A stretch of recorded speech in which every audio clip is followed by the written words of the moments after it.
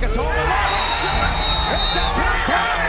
First Behind the back, highlight real goal. crisscrossing, Stanwyck, Conley, feet in front. Matisse scores! Hat trick for Kyle Matisse. Low shot into the corner, and another goal for Logan Schuss.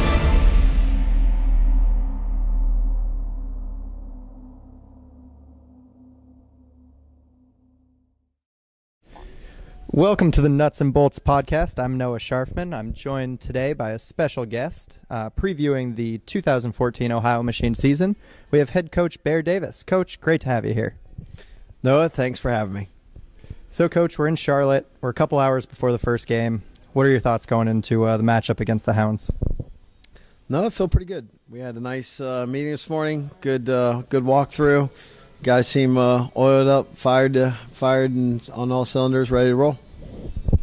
Roster looks a little different this year than it did last year. Can you just talk about the additions that we've made, both to the midfield, a couple defensive guys, and the overall look of the team?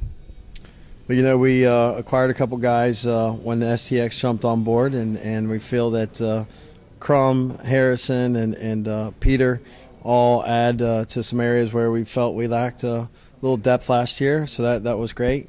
Then the supplemental draft, we were able to pick up a couple defensemen, and Wilbur out there looking good communication skills. And generally we just felt like we were able to take the guys that are returning and fill in with some of these nice acquisitions. Is that how you say it? I think it's acquisitions. I mean, that's how we say it in Ohio, right? In the farmland. Yeah, I mean, you are from Ohio. Even though you're living out in Maryland now, we can still say that you're an Ohio boy. I'll just say we picked up a couple guys. That sounds good. So these guys, they're mixing in with a bunch of young guys that were already on the team. Marcus and Jake and Neek, Logan Schuss. All these guys are entering their second year. How do you think that their progressions played out during training camp and going into game one?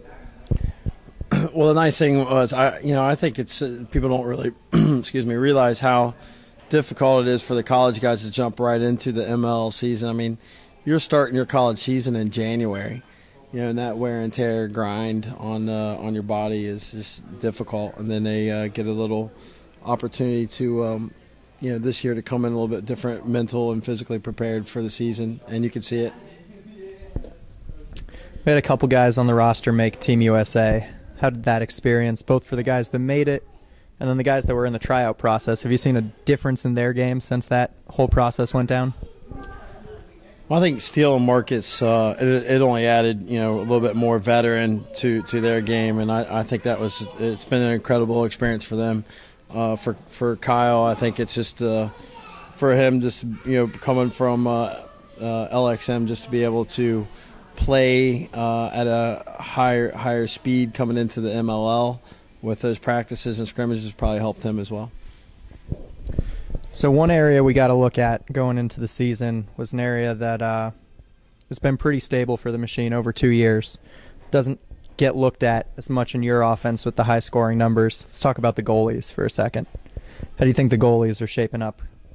Well, we brought back all three goalies from last year, and they did. I think they really what they needed to do is to see lower angle shots. That has been our goal, is say, hey, let's get some defensemen and the team defense so they're not getting shots right on their doorstep or at least where shooters can't see 36 square feet of goal.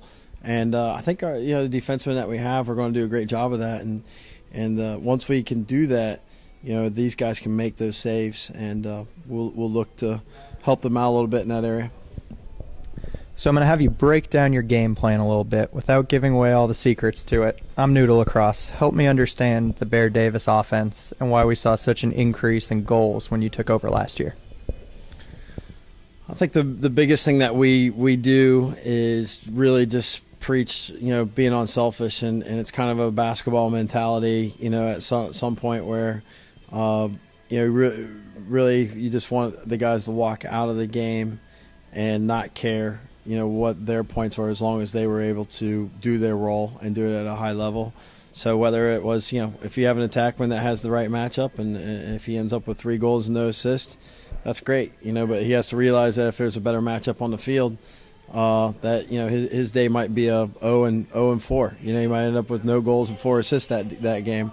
And as long as all the guys buy into that, not forcing things that's outside of their role, which is always a difficult task when you got a lot of guys that want the ball. But as long as we realize that there's 1 ball and 6 guys on offense, then we get pretty good. So being around the team during training camp, some natural leaders emerged. We named captains earlier. We have Greg Bice, Steele Sandwick, Kyle Harrison, and Brian Phipps were all named captains this year. How have those 4 guys really taken to the leadership role, and how has the team kind of looked up to them? Well, we have two what you would call younger guys, maybe in Phipps and with Steele, and then probably the more veteran guys, being in or around the league for the past 10 years with Harrison and Bice. So you get a little different perspective, which I think is great for our team. And the nice thing about Bice and Harrison is that they've been a part of teams that have won and teams that have not won. So they kind of get what it takes to do either way. So they point it out pretty quick, and guys listen, and I think that's important. But you also need maybe a little bit of a fresh vision from younger guys, and it's nice when you got one coming from the goalie's eye and one from an attackman's eye. So it's been a blessing, I feel, to have that mix on our team. So we're going to step away from the lacrosse field a little bit right now.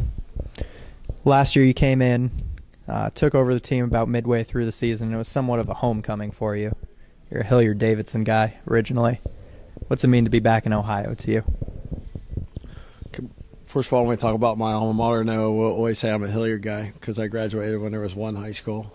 So I don't recognize the other 2 still. I'm still in that that state of my mindset that I graduated from Hilliard. You're only showing your age there, though. That's okay. I'm okay with that. I'm loyal to the name. No, it's awesome. I mean, it really is cool. I mean, my family, a lot of my family's back there, a lot of my friends that I went to school with, and for me to be able to come back to my home state and in a sport that when we started our high school program at Hilliard in '89, I think we were using Worthington's JV team to fill out the 12-team state bracket, and we played the whole tournament in one day, and I mean that's just how small lacrosse was. In '89, and now to see the youth and and all the different high school teams throughout the state, and then to have a pro team and see Ohio State and all the D3 schools pop up, I mean it's great. I mean if we feel like we planted those guys that played back then helped plant the seed of lacrosse, and now to a point where we have good college lacrosse and pro team in the state, and for me to be able to be a part of that from the roots, I feel is very important. So is growing lacrosse your thing? You went to cut your teeth in college, coaching programs from startups, essentially starting the teams. What's it been like to really build programs and help install lacrosse in college athletics? Well, when I took the opportunity at Wheeling Jesuit, I mean, just to be the first college varsity program in the state of West Virginia, I mean, it was awesome. I mean, I think that the kids there when we started rallied around it, and the 4th year I was there, we were able to play Dowling, which was loaded with Long Island kids, and then we beat them and they got ranked in the country. I just feel like that was just. Not only was it great for West Virginia and Wheeling Jesuit, but it was great for just non-traditional areas to be pop in those rankings. And of course Limestone and some of those schools are doing it in South Carolina, and I think it's just great for the sport, the growth of the sport, and then to have the opportunity like I did at Robert Morris and to put Pittsburgh and Western PA in the Division I lacrosse map. I think it meant a lot to that area. I mean, we got great crowds, and kids got to see the game at the highest level. And we had some great home games with like North Carolina's and Ohio State's, all coming in, Penn State, all great names, that played the game well. And think it's important. I think it's important to grow the game. I think it's our duty in this game to do that. Now you've moved on from the college game. When you're not with the machine, we can find you at Archbishop Spalding, coaching the team there. How's the season going? How's the high school game been treating you? And what's it like to be there during the week and then come work with the pro athletes on the weekend? Well, I enjoy all phases of the game. You know, I enjoy. I mean, my son is 6 and he plays on a youth team, and I mean that age is awesome. You know, like I love coaching those kids. I love coaching my high school kids at Spalding. I mean, they're probably some of the hardest working kids I've ever been around, and you know, it's the MIA is a conference that just is basically a small college conference. You know, and you know you're facing giants every time you step out on the field, and definitely respect our guys for taking on that challenge and putting on our uniform and, you know, representing that school. And I think that's what you try to do every time. I mean, even here with Ohio, we understand that we're representing, you know, the whole state of Ohio, and we're coming down here to North Carolina to play Charlotte, and we want to make sure we do our job, you know, when we put on that uniform. So last question for you before we wrap up here. Said that we're down here in Charlotte about to take on the Hounds. Let me get a prediction for tonight. Come on, Noah. You can't do that to me, man. Well, I expect that every time I ask you this question throughout the season, you're going to predict a W. I mean, you are the coach of the team. I would hate to see a coach say, we're going to go out and lose. So yeah. I really did set you up with a softball there. Yeah, no, I feel like we're going to lose by 10. Come on, Noah. No. Actually, you know what? I feel pretty good. I like where our offense is, and I feel like with a couple new guys on defense, it might take them a little while, but I feel like they're going to gel really well. And Noah, there's no way I'm putting a score on this, because I feel that we just need to score one more goal than them, and that's all that really matters. That's absolutely all that matters. As long as you come out on top, it doesn't matter what the score is. That's right. So, Coach, I just want to say thank you for joining us on the inaugural Ohio Machine Nuts and Bolts podcast presented by Socius. We'll be back each and every week throughout the season, and we'll check in with you and see how the team's doing. And no, that's just, if we're going to do this every week, let's get one thing straight. I am definitely the bolt in this conversation. I've been told I have a couple screws loose, so we can definitely make that work. All right, thanks, Noah. Thanks so much, Bear, and we'll see you next week. Take care now. Time to oil up. We check athletes from head to toe before the season starts to make sure you don't hit the wall when it matters most. Teaming up with coaches, athletic trainers, and physicians to keep athletes healthy. Helping you avoid injury and recover quickly to keep you in the game. OSU Sports Medicine, the official sports medicine provider of the Ohio Machine and athletes everywhere.